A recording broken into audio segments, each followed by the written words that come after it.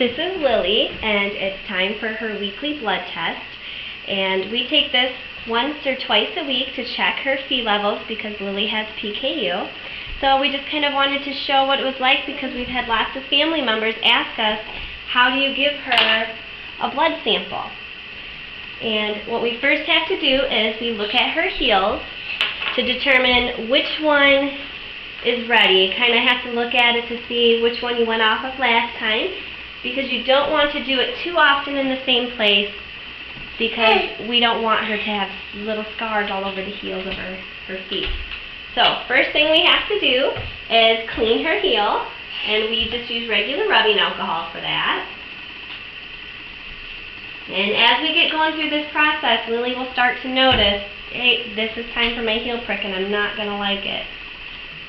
So we just rub the heel with the rubbing alcohol and clean it off. And we let the rubbing alcohol dry. And fortunately for us, our clinic that we go through, UIC, has been really helpful. They provide all of the materials that we need to provide to do these weekly blood tests for Lily. And this is something that's been continuous ever since she was born. And as she gets older, it may not be as frequent that we need to do the blood test, but they will still be important to determine where her Phe level is, to then change her diet accordingly. So this is what it looks like. The needle is not sticking out, but the moment I apply pressure to her heel, then the needle pokes a hole into her heel and then the blood is released. When we are doing the heel prick, we don't want to do it on the flats of her heel where it's really fat because it makes it more difficult to collect the blood.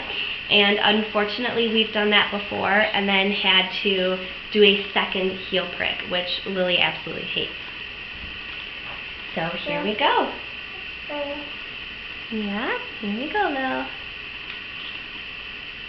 Good girl. I know.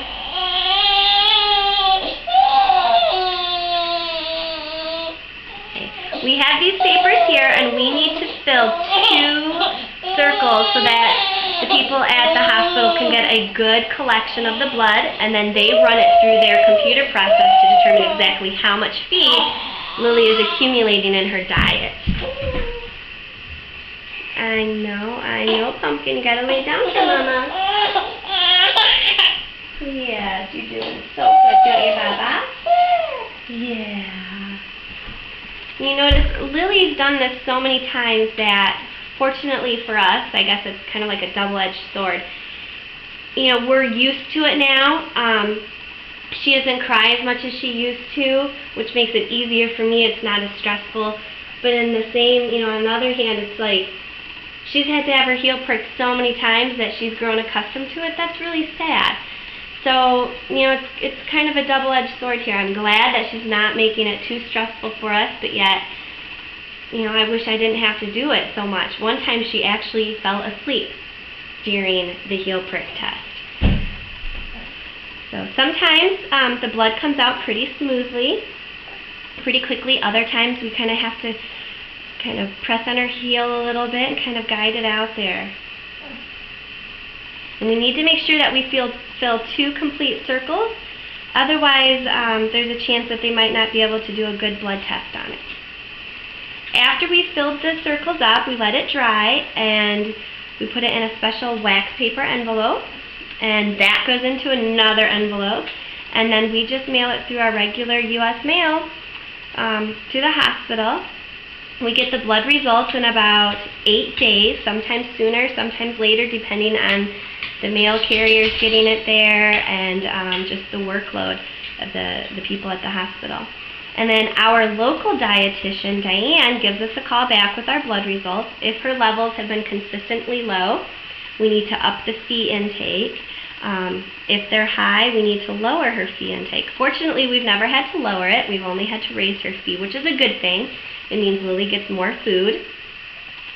She's currently at 75 Phe, but she's still really only eating baby foods. A little bit of bananas, dried apple chips. Now that she's 1 and has teeth, we'll be able to get more regular foods into her diet. And then we'll just kind of go from there. The weekly blood test will be important until we find that good guideline. Now that she's coming off of the baby food, coming off of the nursing, we're weaning her from that. She gets nursed every other feeding, and then about a month or so ago we started weaning, so now she's just at nighttime. And so her blood levels have been low because of that. But once she's completely done weaning, we'll have a better idea of exactly how much feed intake Lily can have.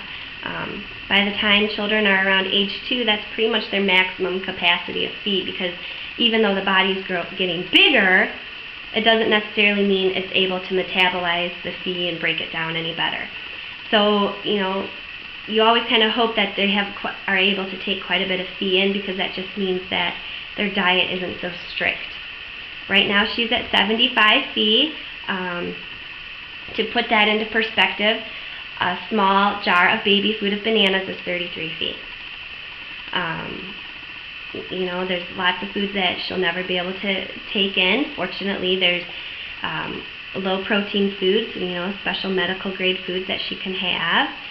But, hopefully she'll be one of those kids that is able to take in more feed than some of the other patients with PKU.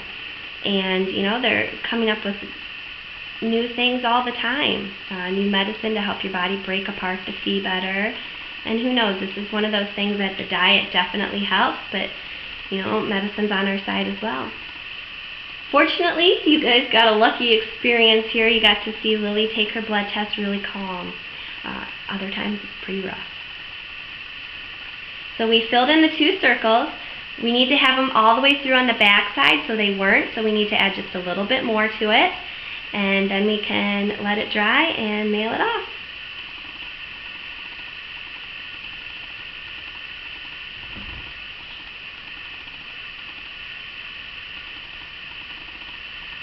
Okay, we're all set.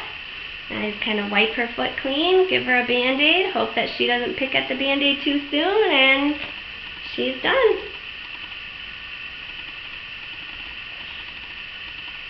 Thanks a lot for sharing in this experience.